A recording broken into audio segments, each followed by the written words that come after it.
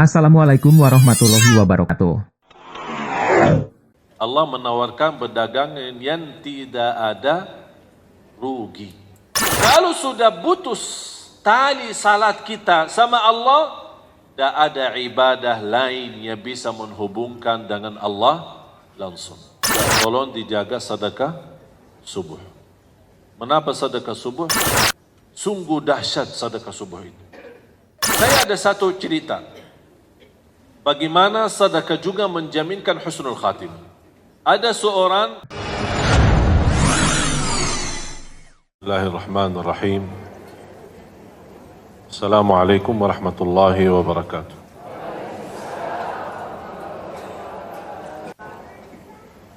Alhamdulillahi rabbil alamin. Wa usalli wa usallimu ala ashrafil anbiya'i wal mursalin. Sayyidina wa nabiyina Muhammad. Wa ala alihi wa sahbihi wa man tabi'ahum bi ihsanin ila yaumiddin. Subhanaka la ilma lana illa ma 'allamtana innaka antal alimul hakim. Yang bawa Quran terjemah, silahkan buka surat Ali Imran, surah ketiga ayat 185, 186. Buka Al-Quran, surah Ali Imran, ayat 185 dan 186. A'udzu billahi minasy syaithanir rajim.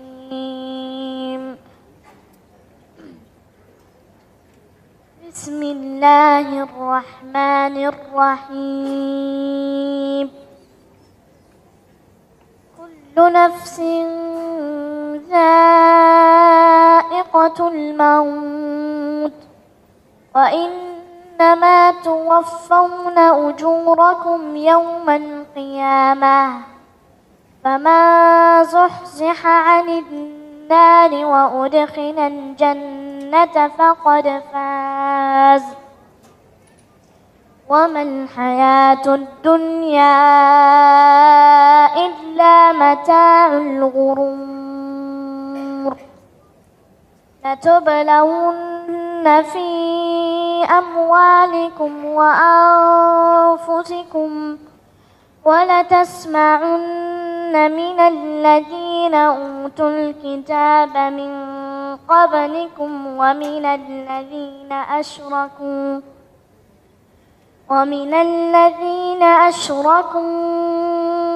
adan katsira wa in tasbiru wa tattaqu fa inna dhalika min azmil umur. A'udzu billahi minasy syaithanir rajim. Bismillahirrahmanirrahim. Kullu nafsin dha'iqatul maut wa innama tuwaffawna ujurakum yawmal qiyamah faman zuhziha 'anil nari wa udkhilal jannata faqad faz wa mal hayatud dunya illa mata'ul ghurur. Latublawunna fi amwalikum wa anfusikum wa latasma'unna minal ladhina utul kitaba min qablikum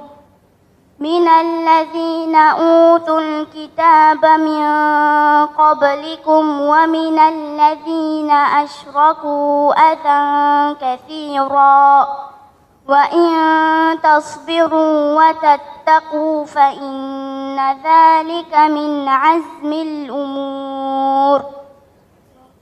Sadaqallahul azim.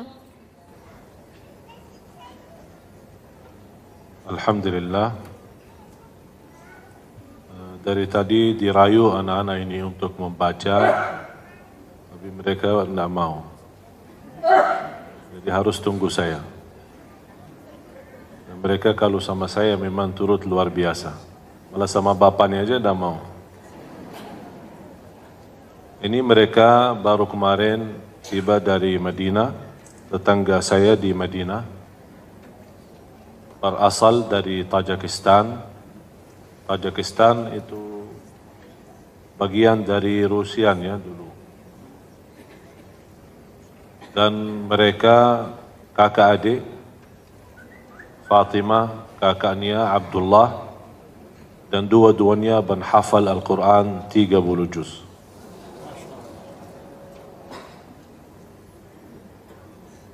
Mudah-mudahan anak-anak kita, cucu-cucu kita bisa menjadi seperti mereka.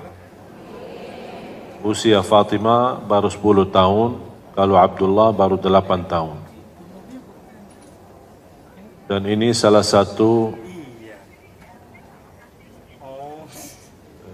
Abdullah termasuk bukan hanya sebagai penghafal, tapi beliau sudah mendapatkan yang dinamakan di ilmu Al-Quran, dinamakan ijazah dan sanad, menjadi bacaannya bukan hanya hafalannya benar, tapi bacaannya betul benar. Bahkan ditugaskan mengajar anak-anak di Masjid Nabawi. Dan Alhamdulillah ini langsung ditandatangan Syekh Dr. Abdul Muhsin Al-Qasim, salah satu imam besar Masjid Nabawi di sana. Bismillahirrahmanirrahim. Setiap yang bernyawa akan merasakan mati, dan hanya pada hari kiamat sajalah diberikan dengan sempurna balasanmu. Barang siapa dijauhkan dari neraka dan dimasukkan ke dalam surga, sungguh dia memperoleh kemenangan. Kehidupan dunia hanyalah kesenangan yang memperdaya. Berarti di ayat ini Allah menjanjikan kesempurnaan pahala. Betul? Ada 3 amalan yang menjaminkan kesempurnaan pahala. Dan Allah sudah menerangkan sejarah jelas di surah Fatir, surah 35, ayat 29 dan ayat 30. Silakan juga kita ikatkan antara ayat yang dibacakan oleh Abdullah sama Fatimah tadi dengan ayat ini. Di surat Fatir, ayat 29, surah Fatir, surah 35, ayat 29 dan 30. Mohon dibacakan juga terjemahannya. Ada 3 amalan yang Allah gambarkan terjamin dalam 3 amalan kesempurnaan pahala. Yang barusan saja di ayat surah Ali Imran, Allah sudah menjanjikan kesempurnaan pahala hanya diberikan di hari kiamat. Di antaranya kesempurnaan pahala adalah diselamatkan dari neraka jahanam, itu termasuk setinggi-tinggi kesempurnaan pahala. Diselamatkan dari neraka jahanam dan dimasukkan ke dalam surga. Dan itulah termasuk peruntungan yang sangat luar biasa. Kalau Allah sudah menjanjikan di antara kesempurnaan pahala dari selamat dari neraka dan dimasukkan dalam surga, berarti di bawah itu jauh lebih mudah bagi Allah. Kalau Allah sudah menerangkan setinggi-tinggi sempurna pahala selamat dari neraka jahanam. Dan saya yakin semua Bapak Ibu harap selamat dari neraka jahanam. Kalau Allah jamin kita selamat dari neraka jahanam, yang termasuk salah satu ancaman azab besar adalah neraka jahanam. Kalau terjamin selamat dari neraka jahanam, berarti selamat dari segala keburukan yang di bawahnya. Kalau yang sudah terbesar musibah besar, yang terbesar ancaman besar, kita sudah dijamin selamat, berarti apalagi yang lebih bawah lagi. Keburukan, ujian, musibah, fitnah, rumah tangga hancur, anak yang susah turuti orang, semua termasuk bermasalahan dalam kehidupan kita.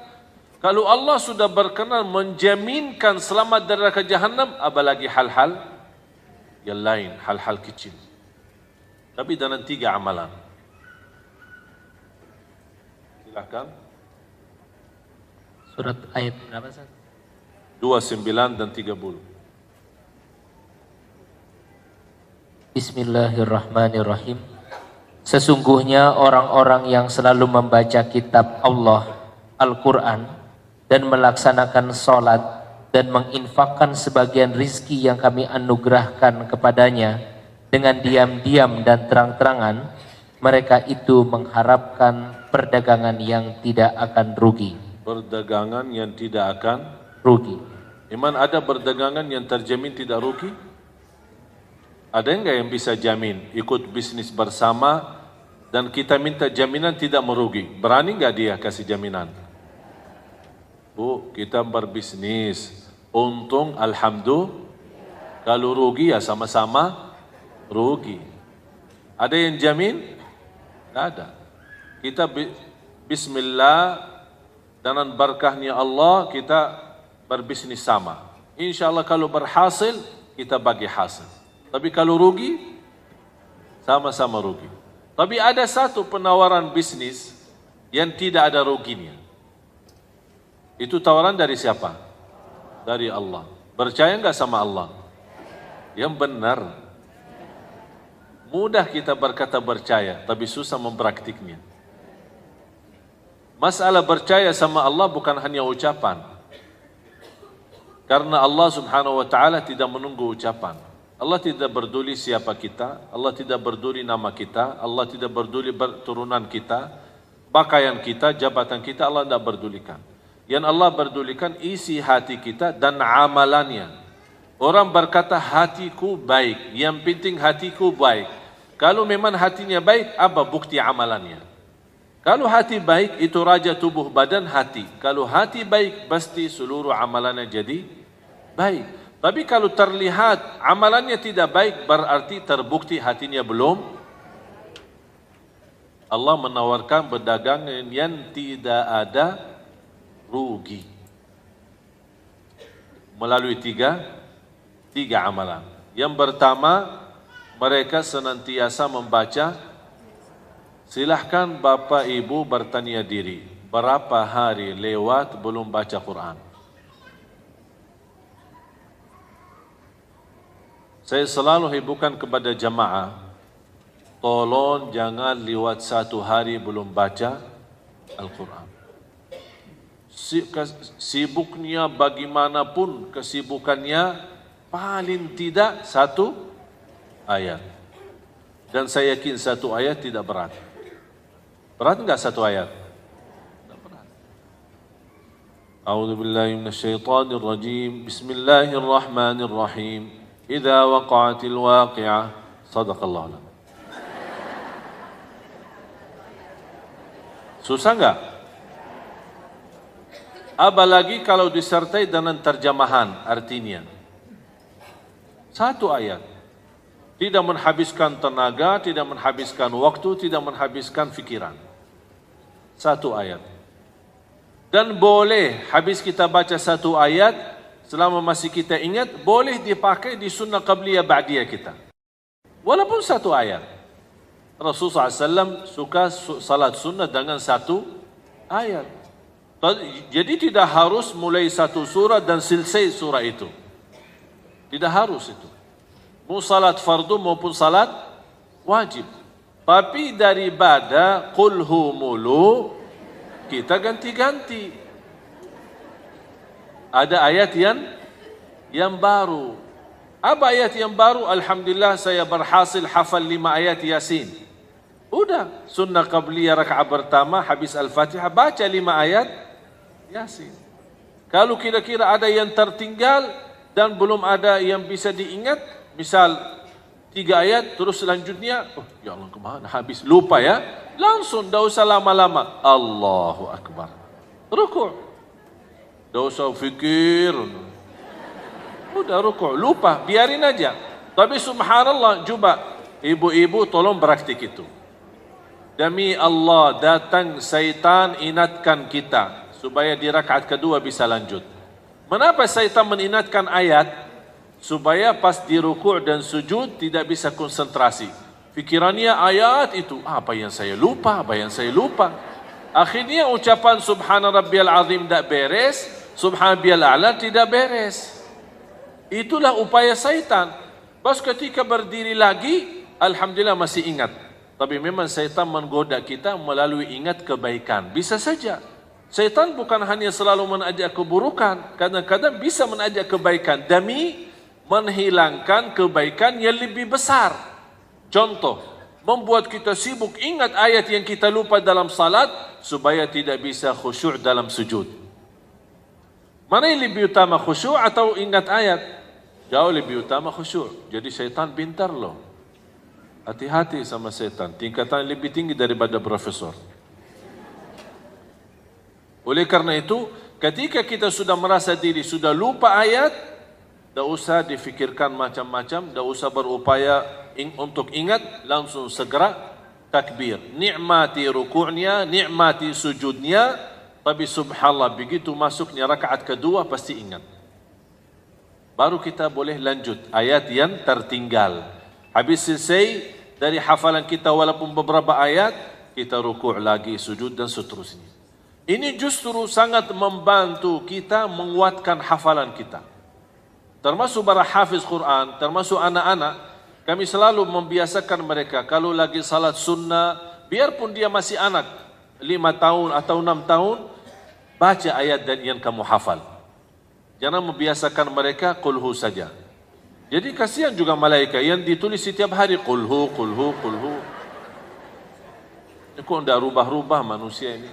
Al-Quran kan 30 juz, walaupun satu ayat, tapi ada tambahan. Tambahan apa? Apa manfaat kita berubah ayat? Ini salah satu juga membantu menurani dosa maksiat kita.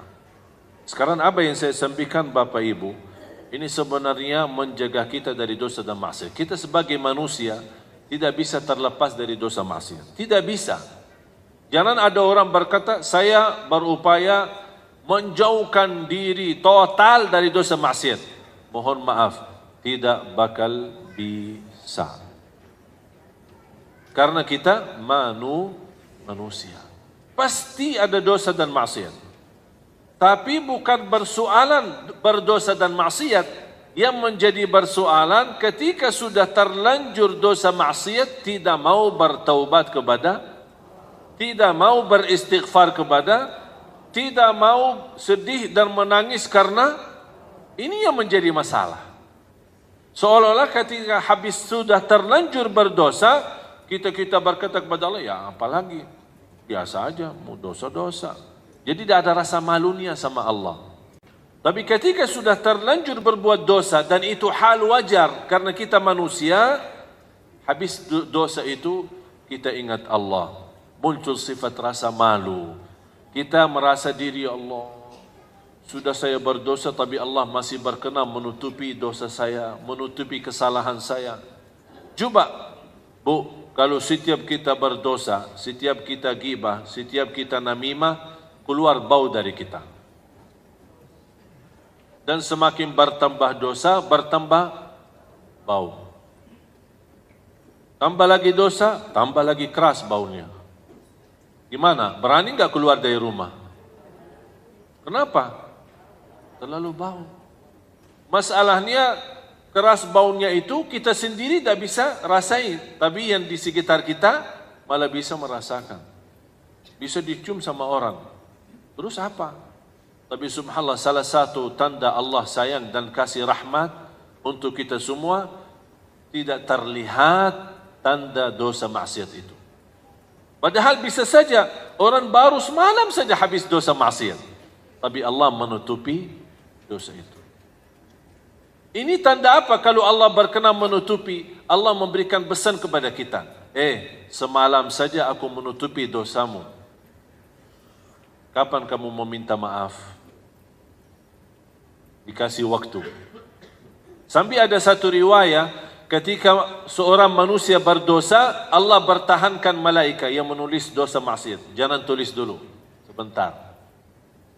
Kenapa ya Allah? Barangkali dia malu dan taubat. Kalau sudah taubat, berarti yang tertulis kebaikan, bukan dosa. Beda kalau kita berbuat kebaikan, Allah perintahkan malaikat segera tulis kebaikan itu. Subhanallah. Begitu rahmat Allah untuk kita semua. Jadi tolong memperhatikan. rutin membaca Al-Quran. Yang tidak bisa baca, silahkan dengar melalui murattal kita, melalui HP kita, melalui kaset kita. Kan semua sekarang HP-nya ada isinya Al-Quran. Silakan sambil bawa mobil kemana-mana, dengar. Ada handsfree, kita naik bis, kita naik motor, kita jalan kaki. Walaupun ada orang yang sambil jalan belum tentu bisa merasa nikmatnya khusyuk atau bisa khusyuk maksimal mendengar Al-Quran, tidak apa-apa. Setidak-tidaknya kita simak, ada yang kita dengar kebaikan, apalagi mendengar kalamullah, terhitung setiap satu huruf 10 kebaikan. Apalagi coba, kalau kita dari pagi terus sepanjang jalan kita simak Al-Quran, dengar Al-Quran. Kira-kira mau berdosa sambil dengar Al-Quran? Tidak mungkin. Apakah kita berani bermacam kata yang kotor sambil mendengar Al-Quran? Ini salah satu menjaga kita dari maksiat dan dosa. Baca Al-Quran. Terus yang kedua,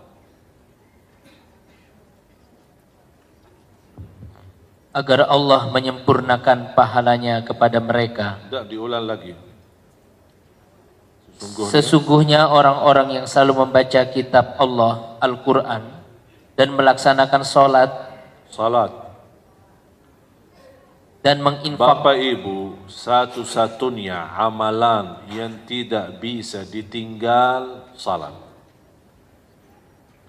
Ada orang Muslim tidak haji? Ada enggak? Ada, karena belum mampu. Ada orang Muslim tidak zakat? Ada, karena dia penerima zakat. Ada orang Muslim tidak puasa? Ada, lagi sakit, musafir, atau cukup tua, tidak sadar perbuatannya, bisa tidak wajib puasa. Ada orang Muslim, banyak hal-hal kebaikan yang bisa ditinggal kalau ada alasan. Tapi apakah Bapak Ibu ada orang Muslim tidak salat? Seharusnya tidak ada. Tapi ternyata apa alasannya? Tidak ada alasan. Kalau malas itu bukan alasan, itu sifat. Kalau alasan, ya lagi sakit, alasan lagi binsang, alasan lagi stres, alasan ini kan namanya alasan. Tapi kalau malas itu sifat, bukan alasan. Satu-satunya ibadah yang tidak boleh ditinggal salat. Tak boleh berdiri, duduk. Tak boleh duduk, berbaring. Bukan tidur. Salat tidur. Tak bisa wudu, tayammum. Tak bisa salat tepat waktu, jamak. Tak bisa jamak, qasar. Bahkan dalam kondisi perang, yang namanya perang, Allah wajibkan yang dinamakan salat al-khawf, salat ketakutan. Karena dalam kondisi perang, jadi separuh militer, separuhnya salat, separuhnya menjaga. Begitu selesai mereka satu rakaat, terganti orang yang menjaga lanjut satu rakaat. Ini memang ada cara khusus. Untuk apa Allah memberikan tanda? Supaya tidak ada alasan. Kalau dalam keadaan ketakutan wajib salat, walaupun dengan cara sederhana seperti salat khauf. Apalagi kalau dalam keadaan aman.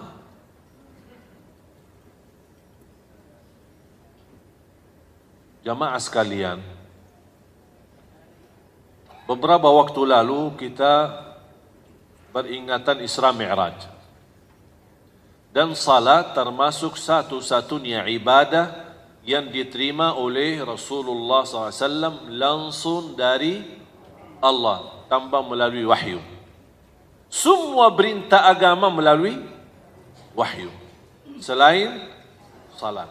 Mengapa Allah Subhanahu wa taala mengajak Nabi Muhammad SAW berjalan cukup jauh dari Makkah sampai Masjidul Aqsa, kemudian naik lagi, bisa menghabiskan tenaga, fisik, waktu cukup lama. Walaupun bagi Allah tidak bagi waktu, kun fayakun, selesai semuanya. Tapi begitu Allah menunjukkan inilah proses perjalanan sambil menerima sebuah perintah yang begitu agung. Langsung dari Allah Subhanahu wa taala diperintahkan kepada Nabi Muhammad SAW dan umatnya salat. Diberikan kesimpulan, barang siapa yang ingin berhubungan atau kontak langsung sama Allah, jaga salat. Kalau sudah putus tali salat kita sama Allah, tak ada ibadah lain yang bisa menghubungkan dengan Allah langsung. Karena satu-satunya ibadah yang berhubung langsung sama Allah itu salat. Kalau salatnya putus, artinya tidak salat sama sekali, atau banyak bocor, salat kadang-kadang tidak, kalau lagi senang salat, kalau lagi galau tidak salat, berarti tali hubungan kita sama Allah sudah putus. Kira-kira apa lagi yang bisa dihubungkan sama Allah lagi? Tidak bisa, tidak ada. Bahkan ulama menjelaskan, Bapak Ibu, pernah dengar nggak ketika saya pernah bertanya, kalau ada seorang muslim tidak salat, dia langsung kaget guru saya. Dia langsung bertanya kembali kepada saya, emang ada orang muslim tidak salat? Heran, dia bingung, ada orang muslim tidak salat? Saya bilang ada. Beliau menjawab, kalau ada orang muslim terbukti tidak salat sama sekali ketika dia meninggal dunia, tidak boleh dimandikan, tidak boleh disalati, tidak boleh dimakamkan di kuburan orang Islam, karena dia bukan Islam lagi. Masalah kalimat syahadat itu urusannya sama Allah, tapi secara hukum di Islam, yang tidak salat sudah memputusi hubungan Islam sama Allah Subhanahu wa taala. Hati-hati. Bukan main-main masalah salat. Bahkan dia termasuk satu-satunya ibadah yang tidak bisa ditinggal dalam alasan apapun, kecuali kalau sudah murtad. Paham enggak murtad? Keluar dari Islam. Kalau sudah keluar dari Islam, ya udah tidak ada wajib salat. Atau sudah, faham kan? Alhamdulillah faham. Kalau sudah gila, tidak ada wajib salat. Atau kalau sudah mati, kalau sudah dikubur, sudah tidak ada wajib salat lagi. Dan berapa banyak orang muslim yang sedang dalam keadaan gila. Oleh karena itu tolong jamaah sekalian, kita memperbaiki hubungan kita sama Allah melalui salat. Itu salat bisa kontak langsung sama Allah. Sampai Allah memberikan pesan melalui cerita Isra Mi'raj, barang siapa yang ingin berhubung langsung sama aku, kata Allah, salat. Ini tidak bagi malaikat, tidak bagi wali, tidak bagi nabi, tidak bagi siapa-siapa. Ini langsung sama Allah Subhanahu wa taala. Yang ketiga,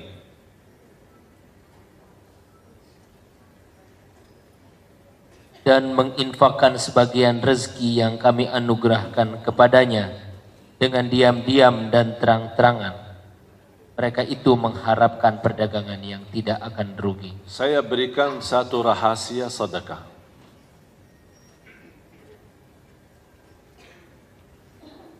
Sedekah, saya pernah bahas sedekah subuh, masih ingat? Sedekah subuh. Mudah-mudahan masih terus berjalan. Masih jalani belum? Ya, tolong dijaga sedekah subuh. Menapa sedekah subuh? Saya sudah jelaskan, karena ada doa malaikat mendoakan setiap subuh, ya Allah berkahi dan ganti yang lebih besar.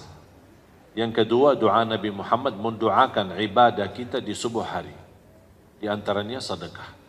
Jadi mohon Bapak Ibu, semua masing-masing punya kotak amal, boleh dinamakan tabungan subuh. Biasakan anak-anak kita semua, biarpun dia anak bayi, kita buatkan satu tabungan khusus atas nama dia dan ibunya yang isiin. Sungguh dahsyat sedekah subuh itu. Apapun masalah kita, hutang, masalah hajat, jodoh, rumah tangga, urusan anak, turunan, sedekah subuh itu luar biasa, bukan main.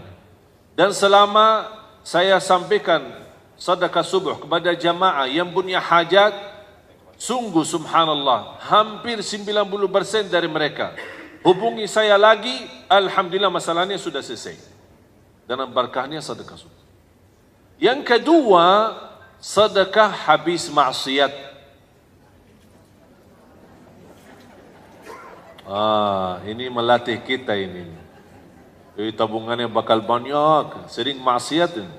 Caci maki orang, isi sedekahnya. Ngomong kotor, isi sedekahnya. Ngomong kesal atau berkata sama anaknya bodoh, langsung isi sedekahnya. Subhanallah, bakal tahu diri nanti, oh ternyata banyak masalah saya. Apalagi masalah mulut ini. Kita caci, subhanallah, sedekah selepas subuh itu, pertama ada dua hikmah sebenarnya. Yang pertama, mengharapkan ampunan dosa. Karena ada salah satu hadis, menjaga sedekah terjamin ampunan dosa. Bahkan terjamin husnul khatimah. Terjamin jauh dari kematian mendadak. Terjamin jauh daripada kematian memburuk. Tahu enggak kematian mendadak, Bu? Bisa, ini sekarang masa ini adalah banyak yang mati mendadak. Pas lagi bawa mobil, mati. Pas mau kemana, mati. Pas lagi duduk, mati. Pas lagi syukur-syukur kalau dia mati mendadak, tapi dalam keadaan membaca Quran atau membaca salat atau apa. Jadi tolong, ketika ibu merasa diri berbuat salah, merasa diri berbuat dosa, langsung isi tabungan. Boleh dinamakan tabungan sedekah dosa. Dosaku ini, tabungan dosaku. Diganti dengan uang. Setiap dosa diganti dengan uang. Untuk apa? Terjamin ampunan dosa. Yang kedua, mendidik diri. Ini latihan untuk hawa nafsu. Nafsu ini. Kalau mau dosa lagi, kena denda loh. Apa dendanya? Sedekah. Setiap mau, lama-lama jiwanya. Karena jiwa itu suka harta. Ketika dia melihat setiap kita berdosa, harta itu malah dikeluarin sedekah lillahi ta'ala, lama-lama dia mulai berhenti. Ini salah satu cara yang kami dapat belajar sejak kecil. Dan subhanallah sangat berhasil untuk menjauh kita dari maksiat dan dosa. Dan alasan yang ketiga, melalui sedekah yang kita berikan kepada Allah di saat dosa maksiat itu, kita mengharap dan memohon melalui sedekah, itu namanya tawassul bil amali salih. Tawassul dengan amal salih. Di antaranya sedekah. Ya Allah, dengan sedekah ini mudah-mudahan dosa ini saya mohon ya Allah jangan terulang lagi. Ya Allah, mudah-mudahan saya supaya tidak terjumus lagi dalam dosa itu. Kalau terulang lagi, isi lagi sedekah dan memohon lagi sama Allah Subhanahu wa taala supaya melalui berkah sedekah ini, ya Allah jauhkanlah saya tidak mau lagi berbuat dosa ini. Pasti ada satu-satunya sedekah yang kita keluarkan, pasti ada satu kali yang ikhlas, yang tulus dari hati, dan ucapan juga yang tulus dari hati. Allah kabulkan langsung, selesai masalah dosa dan maksiat itu. Ini subhanallah, jujur saja saya sendiri ada beberapa hal yang belum mampu saya tinggalkan. Tapi dengan cara ini, alhamdulillah Allah SWT memberikan kemudahan, bisa saya selesai keburukan dan kesalahan saya. Mudah-mudahan saya harap juga ampun dari Allah SWT. Coba bayangkan kalau kita bisa betul jaga sedekah selepas dosa maksiat itu, subhanallah luar biasa dahsyat. Saya ada satu cerita bagaimana sedekah juga menjaminkan husnul khatimah. Ada seorang, termasuk seorang pendakwah, seorang ulama berdakwah di kota Madinah, cukup terkenal. Beliau pernah menyampaikan sebuah cerita, peristiwa, satu cerita, peristiwa bersama dia sendiri. Kata beliau, saya pernah bermimpi. Dalam mimpi itu, saya melihat nomor HP seorang. Dan nama. HP dan nama. Dan ada sebuah suara panggilan di dalam mimpi itu, hubungi orang itu dan ajak dia umrah. Dia kaget. Malam pertama, saudara bangun, ya biasa-biasa aja. Tidak ada respon. Malam yang kedua, sama terulang lagi. Malam yang ketiga, terulang lagi. Sampai 3 kali. Nama jelas, nomor HP jelas, hubungi dia dan ajak dia umrah. Kata ulama itu berdakwah, akhirnya di hari yang keempat, saya telefon. Sebelum saya telefon, di fikiran saya barangkali ini seorang saleh, seorang apalah punya kelebihan, tapi dalam kondisi susah atau miskin, belum mampu umrah. Jadi Allah SWT punya berbagai macam cara. Kun fayakun, Allah berikan, mengajak orang lain bisa menjadi rizki buat kita. Itu fikirannya. Telepon, Assalamualaikum fulan, ya fulan. Betul, sesuai nama yang ada di dalam mimpi. Tolong alamatnya di mana, saya ingin bertemu. Boleh, kasih alamat, ingin ketemu. Begitu dia tok pintu, dibuka pintu sama orang biasa-biasa aja. Tidak ada istilahnya kalau di Arab, yang apa jenggotnya besar, atau apa bakannya putih. Nah, biasa aja. Orang-orang istilahnya kalau kita bisa bilang orang awam lah. Bukan orang ulama, bukan orang kiai, bukan orang terlihat ada tanda-tanda kesalehannya. Dia kaget. Maaf, ini Bapak Fulan? Ya, betul. Ini nomornya HP-nya ini? Ya, betul. Ada apa?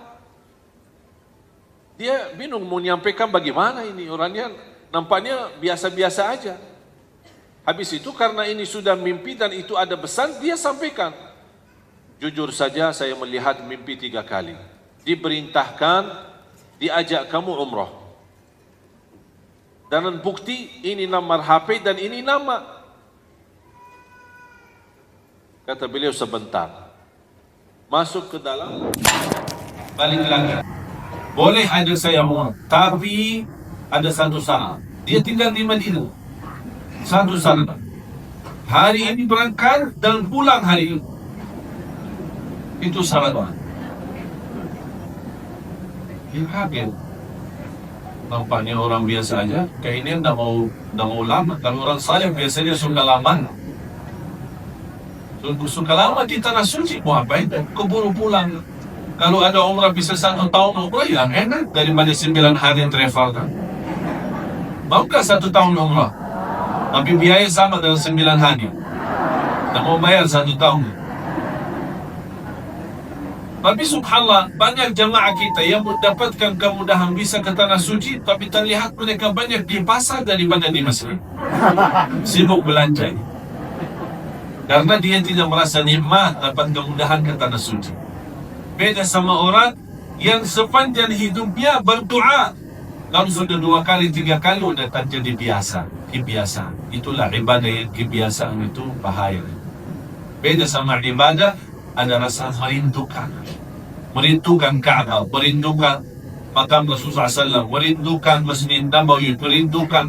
Beda rasanya. Habis itu sepakati sudah diajak umrah. Tahu-tahu kata ulama itu, tahu-tahu saya temani perjalanan biasa-biasa aja sampai ke Makkah. Mampir ke Mekah di Madinah bin Ali. Sana ganti baju di sana, ihram semua segala, terus lanjut perjalanan sampai ke Makkah. Begitu langsung sampai Makkah, langsung cepat-cepat ya, ayo cepat-cepat kita mau cepat pulang. Itu bahasanya. Terus awal selesai, sama-sama selesai, cukur, tahallul, lepas ihram, pakai baju, udah ya, ayo yuk kita pulang. Astagfirullah, kaget. Apa rahasia di belakang orang itu? Pas begitu kami jalan kaki menuju ke parkir mobil untuk siap-siap pulang, tiba-tiba orang itu, maaf, saya mau balik lagi ke masjid. Astagfirullah. Oh sebentar, cepat-cepat sebentar balik lagi. Sebentar aja, saya ada keinginan, tidak tahu lucu di dalam hati saya, ingin sekali salat keluarga. Dari tadi bisa salat, bisa nikmat. Oh cepat-cepat pulang, sekarang mau balik lagi. Udahlah, terserah mau. Tapi tak apa-apa kalau mau nginap. Tidak, salat 2 rakaat langsung pulang. Udah, terserah. Ikutin. Pas dapat, apalagi kalau musim lagi sepi, habis haji, biasanya habis haji langsung, sepi banget. Pas sampai ke sana, habis cium Al-Hajarul Aswad, kemudian dia salat di depan Kaabah. Salat 2 rakaat. Kata ulama itu saya perhatiin. Salat pertama, baca ruku, sujud. Rakaat kedua, berdiri, ruku' dan sujud. Pas di sujud yang terakhir, lama sujudnya. Pas saya datang, lama, terasa lama banget, bukan biasa. Ini dari tadi cepat-cepat malah. Kok terakhir kok lama? Barangkali mau berdoa. Tapi terlihat lama, bukan biasa. Didekatin, digerakkan, ternyata sudah meninggal dunia. Allah subhanahu wa ta'ala.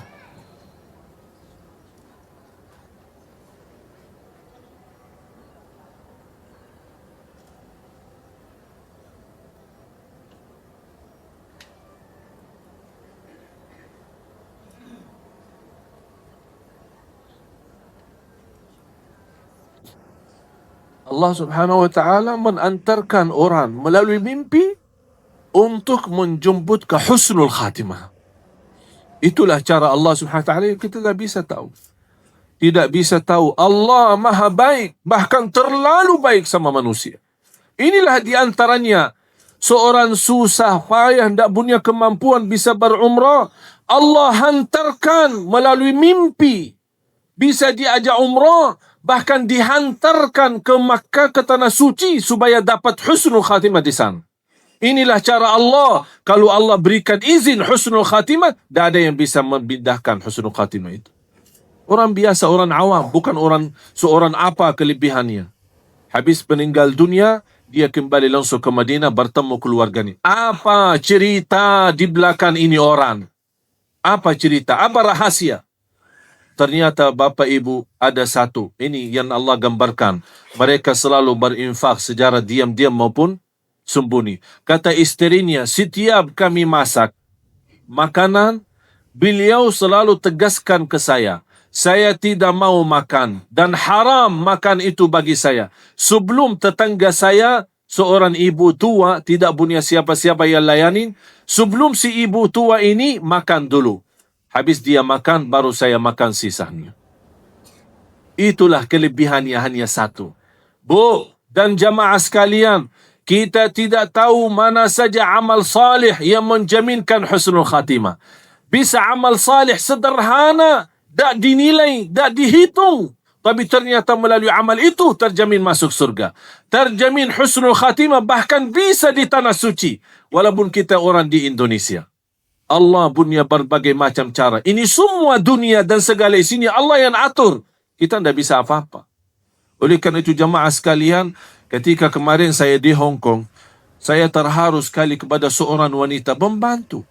Baru saja saya dapat dengar berita dia kembali ke tanah air nikah, kemudian kembali lagi ke Hong Kong bekerja. Pas kemarin saya mengisi acara bersama Imam Besar Masjid Qiblatain di Hong Kong, ada seorang ibu itu datang kepada saya sambil menangis. Dan dia menyerahkan mas kawin. Dia berkata, ini mas kawin sedekahku untuk tunanetra di Indonesia. Seorang pembantu yang baru saja nikah, belum menikmati mas kawinnya, dia sudah mensedekahi. Bahkan ada satu lagi di antara mereka yang menjadi tenaga kerja. Mereka pergi ke sana tinggalin keluarga istri karena dia butuh mencari nafkah dan rezeki. Dia mengikhlaskan gaji 1 tahun. Dan dia mohon kepada saya, mohon diterima. Saya berdoa, ya Allah, mohon diterima mereka ini. Inilah kadang-kadang jamaah sekalian, ada amal salih yang kita tidak pernah hitung, tidak pernah kita fikirkan. Tapi ternyata melalui amal salih itu bisa membahagiakan orang lain, bisa berguna bagi orang lain. Wallahi, dengan kun fayakun, Allah berikan pahala yang begitu luar biasa. Dan itulah penjelasan ayat yang terakhir. Sebelum saya tutup doa, tolong bacain arti ayat terakhir. agar Allah menyempurnakan pahalanya kepada mereka dan menambah karunia-Nya. Dan menambah karunia. Inilah karunia yang tidak dijelaskan di sini. Inilah karunia yang tidak dijelaskan di sini. Mengapa? Karena Allah yang menentukan karunia itu seperti apa. Bisa saja sebagaimana cerita yang tadi saya ceritakan. Itulah, tapi Allah jamin ada tambahan karunia. Tapi seperti apa karunia? Bisa meninggal di hadapan Ka'bah, bisa meninggal pas lagi baca Quran, bisa meninggal pas lagi, itu semua urusan Allah. Yang membuktikan dan membuat saya yakini tambahan karunia pasti bakal dahsyat, pasti bakal menenangkan hati, itu tutupan ayat. Innahu, sesungguhnya Allah Maha Pengampun, Maha Mensyukuri. Mengapa di sini Allah berkata Maha Pengampun dan Maha Mensyukuri? Maha Mengampun ketika kita berupaya beramal, masih ada kekurangan, mudah-mudahan diampuni Allah. Berarti soal kekurangan jangan khawatir, pasti diampuni. Yang penting kita niat baik, lillahi. Tapi kenapa habis Maha Mengampun dibawakan kata Maha Mensyukuri? Apa hubungannya? Apa arti Maha Mensyukuri? Asy-Syakur kan salah satu nama Allah Al-Husna, Asy-Syakur. Artinya Maha, itu bahasa Indonesia. Tapi beda artinya dalam bahasa Arab. Dan selalu saya terangkan, belum ada bahasa yang mampu menerangkan rahasia kata dan Asmaul Husna selain bahasa Arab sendiri. Kalau selain bahasa Arab itu mampu terjemahin, tapi belum tentu sempurna artinya dan maksudnya. Asy-Syakur, bahasa Indonesia Maha Mensyukuri. Kalau lebih sempurna dalam bahasa Arab, Asy-Syakur alladhi yu'til ajra al-kathir bil amalil qalil. Asy-Syakur yang memberikan pahala yang banyak dengan amalan yang sedikit. Contoh, dibanding orang yang memberikan makanan kepada tetangganya yang tua dan susah, sebelum dia makan, kira-kira amalannya biasa enggak? Berat enggak kita bagi makan? Biasa ya? Tidak terlalu, misal bangun masjid habis ratusan miliar, terlihat mana yang lebih besar? Masjid ratusan miliar atau berikan makanan kepada orang butuh? Masjid ratusan miliar, ini nilai kecil kalau untuk bagi. Apalagi kalau buk nasi aja cuma 15.000, cuma 20.000. Tapi tidak ada nilai di fikiran kita. Inilah artinya syakur, memberi amalan yang besar dengan memberikan pahala yang besar dengan amalan. Buktinya orang itu mendapatkan husnul khatimah di Masjidul Haram, di hadapan Ka'bah, hanya dengan amalan yang memberikan makanan kepada orang lain. Kita tidak tahu mana amal salih yang menjaminkan husnul khatimah dan menjaminkan masuk surga. Oleh karena itu jamaah sekalian, tadi saya membuka, kami memperjuangkan Al-Quran untuk anak-anak Indonesia. Seperti mereka kita mendatangkan syiar. Saya harap ini bukan perjuangan saya dan keluarga, tapi saya mengharapkan semuanya bisa terlibat. Semuanya ayo kita sama-sama berjuang. Saya tidak mau membawa pahala sendiri, tapi saya yakin kalau kita semua terlibat dalam kebaikan, walaupun sedikit, Allah Maha melihat keadaan kita. Allah Maha mengetahui, apalagi bantuan kita ini untuk Al-Quran. Mudah-mudahan semua yang punya niat baik, dukungan bantuan, dan saya mohon sekali lagi jangan lupa mendoakan supaya syiar Al-Quran ini terus berjalan. Cita-cita saya, walaupun belum Allah izinkan saya punya panjang umur, tapi saya bercita-cita sebelum meninggal dunia bisa menghasilkan jutaan anak-anak penghafal Al-Quran. Saya sudah mensusunkan programnya dan sudah saya susunkan targetnya. InsyaAllah 5-10 tahun bisa menghasilkan 8 juta anak-anak Indonesia hafiz Quran. Dan insyaAllah saya mau menunggu kesempatan untuk mendapatkan izin supaya program ini bisa bergerak di seluruh Indonesia, bukan hanya di Jakarta. Mudah-mudahan bantuan doa antum sekalian di waktu tahajudnya, di waktu salatnya, pasti sangat berguna, karena saya tidak tahu siapa di antara kita yang diijabah doa. Tapi yang saya yakin, walaupun saya tidak tahu, tapi saya yakin pasti di antara jamaah yang hadir ada walaupun satu yang diijabah doanya oleh Allah Subhanahu wa taala. Oleh karena itu saya titip doa, doakan saya, doakan keluarga supaya kita terus bisa istiqamah dan berjuang syiar Al-Quran untuk Indonesia. Amin ya rabbal alamin. Bismillahirrahmanirrahim. Alhamdulillahi rabbil alamin. Allahumma salli ala sayyidina Muhammad wa ala ali sayyidina Muhammad. Allahumma ya Allah ya dzal jalali wal ikram, ighfir lana wa liwalidina warhamhum kama rabbawna shighara, waghfir li jami'il muslimina wal muslimat wal mu'minina wal mu'minat al ahya'i minhum wal amwat, innaka sami'un qaribun mujibud da'wat. Ya Allah, bukakan bagi kami pintu taufikmu agar kami mampu istiqamah dengan amal yang salih, amal yang salih yang mampu menghantarkan kami ke husnul khatimah, amal yang salih yang mampu membahagiakan kami dunia dan akhirat, amal yang salih yang mampu memberkahi sisa umur kami, amal yang salih menjadikan sisa umur kami lebih baik daripada yang sudah lalu. Ya Allah, kami tidak tahu mana amal salih yang menjaminkan kami selamat dan bahagia dunia akhirat. Tapi kami mohon, bukakanlah bagi kami pintu taufikmu agar kami bisa istiqamah beramal salih, bisa istiqamah Islam iman sampai akhir hayat. Ya Allah, ampuni segala dosa kami.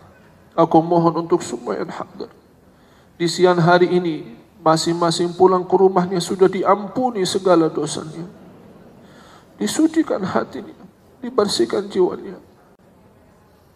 Atas izin-Mu ya Allah, kami berkumpul di siang hari ini di Masjid Al-Latif. Ya Allah, atas izin-Mu ya Allah, berilah kepada kami kemuliaan, sama-sama jumpa lagi di dalam surga-Mu ya Allah, bersama Nabi Muhammad sallallahu alaihi wasallam. Ya Allah, jadikan kami semua ahlul Quran, ahlul Quran, ahlul Quran.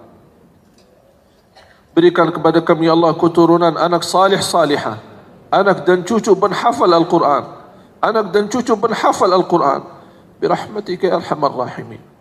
Ya Allah, Engkau saja mengetahui segala hajat kami, segala isi hati kami. Aku mohon ya Allah dengan asmaul husnamu untuk semua yang hadir, yang sedang sakit, mudah-mudahan sembuhkan penyakitnya. Ya Allah, sembuhkan badannya, angkat penyakitnya. Berikan ya Allah pakaian sehat wal afiat. Ya Allah, di antara kami yang punya hajat, hajat lahir, hajat batin, ya Allah, aku mohon dengan nama-Mu yang agung dan mulia, dimudahkan segala hajatnya, dikabulkan segala keinginannya, birahmatika ya arhamar rahimin. Di antara kami ya Allah yang belum mampu terlepas dari dosa maksiat, ya Allah kuatkan hatinya, kuatkan imannya, ya Allah kuatkan imannya, bersihkan jiwanya agar mereka mampu menjauhkan dan menjaga diri dari dosa maksiat ya Rabbal Alamin. Ya Allah, berikan kepada kami kemampuan istiqamah, istiqamah, istiqamah sampai akhir hayat, birahmatika ya arhamar rahimin. Rabbana atina fid dunya hasanah wa fil akhirati hasanah wa qina adzaban nar.